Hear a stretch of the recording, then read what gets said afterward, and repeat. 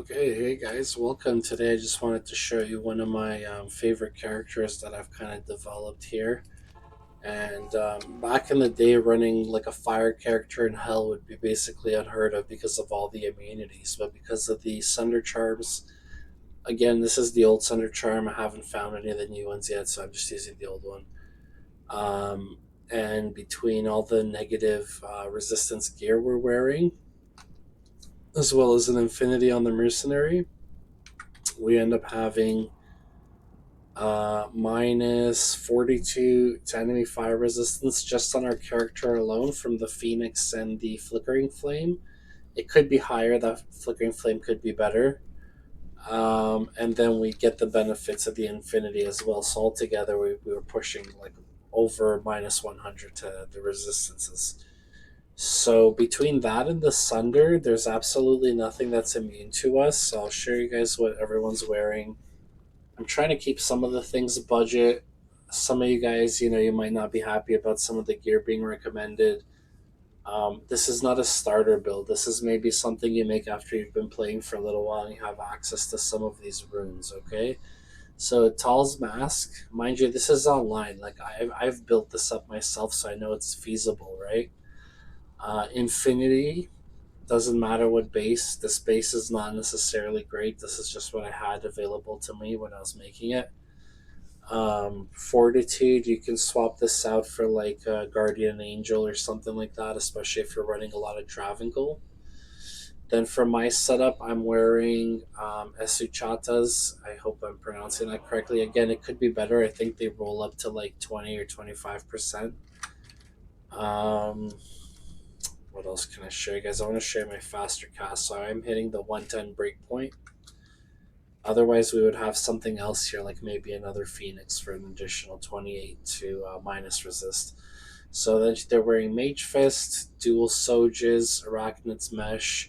I'm wearing the Marowaks for the strength bonus so I can wear a Monarch, but really that was just like poor stat investment on my part. You can definitely wear much better boots here. I would recommend like Silk Weaves, would work really nicely.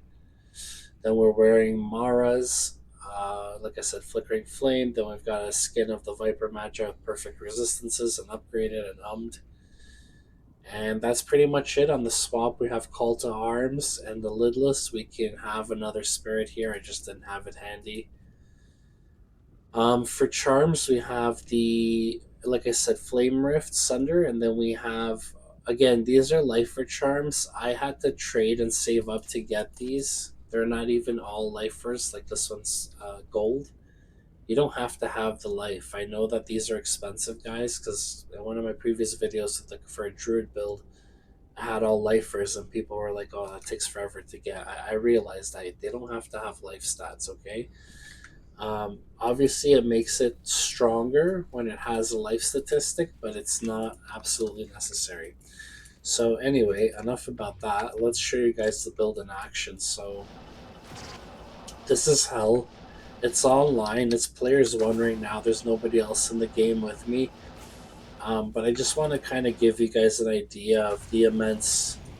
So, like, I can just sit back. If you want to play passively, you could just sit back, let your Hydras do all the work. It's totally feasible.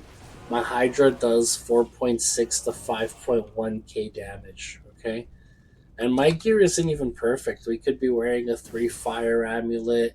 We could be wearing like a Hydra Ormus. We could be wearing different things to further enhance this damage output, okay? I'll show you guys, I guess, what all the various skills do damage-wise, and I'll show you how we built it out. So, as far as skill investment, what we did is in cold, you have nothing. If you really wanted to, you could tech down into like chilling or shiver armor, but I don't recommend it. In the lightning tree, honestly, you don't even need static because you kill so quickly. Like even bosses in hell, they go down instantly. But I like to have it. If I'm playing like players 8, it helps with bringing down boss HP. So that's really why this is here. It's when I'm playing with other players. If I play solo, I just don't even use static. It's not necessary. 1 point in telekinesis so we can get the teleport. Again, just 1 point will do. And then for the fire skills, I basically put 1 point into every single skill and I maxed out the following. I maxed out Hydra, I maxed out Firebolt, Fireball, and Fire Mastery. And any spare points I have while leveling, because I'm only level 84, so I still have a ways to go, I'm going to dump it all into Meteor, right? Just to make it even stronger. But as you guys can see, the damage output's pretty crazy. So, like, the damage output on my Fireball is huge. The output on Meteor is huge. The output on Hydra is huge. Fringe benefit, you get a pretty decent enchant as well. Like, it's not amazing, but it does help with your mercenary a little bit, especially because he's wearing Infinity, so that minus enemy resistance, this damage ends up doing quite a bit more than you would think, right? So, sure, it says 540 to 630, 673, but when you consider that he might be bringing down an enemy's resistance by more than half, then it ends up multiplying the damage quite a bit. So that's something you can cast on your mercenary. And let's just beef up again, and then I'll show you guys how quickly we can basically clear something like Chaos Sanctuary, and then also just how quickly Diablo goes down as well. Oh, BER Rune, you gotta be kidding me. Oh my god. Wow, okay, please guys, don't tell me that you never find anything. Oh my god, that's hilarious. Don't tell me that you never find anything, okay? Because I just found that BER Rune while playing with you guys right here. Like while filming, I mean to say, sorry, I'm so excited. It's not even that I don't have access to high runes. I do. It's just it's always a lot more fun when you find this stuff yourself, right? Oh man, it's so pretty.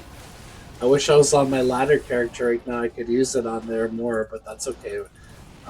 We're just glad to have the BER rune, right? BER is a big deal.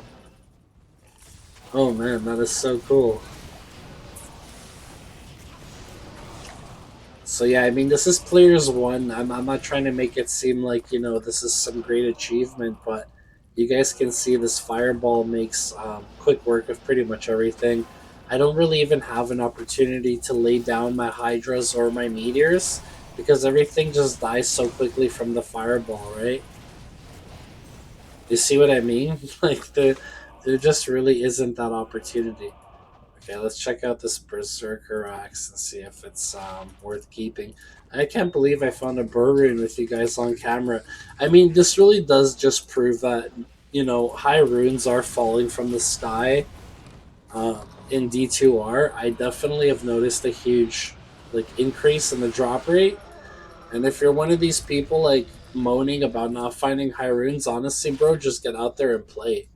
That's my number one tip or trick to finding more runes. Why people don't is they just don't play.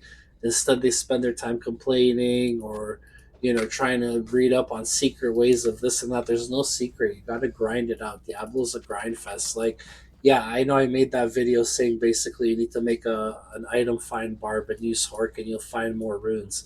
And that is kind of a hack for it, and to be honest. But I mean, outside of that, you can easily find high runes with any character. It's just it's a matter of consistency and playing, right? You need to grind chaos. You need to grind hell cows. You need to grind Balrods. Those are pretty much the ideal places for high rune drops, as you can see from this run. Okay, guys, wow, that's pretty wild. Let me just look at that shiny burst some more. That's so cool. Okay, guys, we'll catch you in the next one.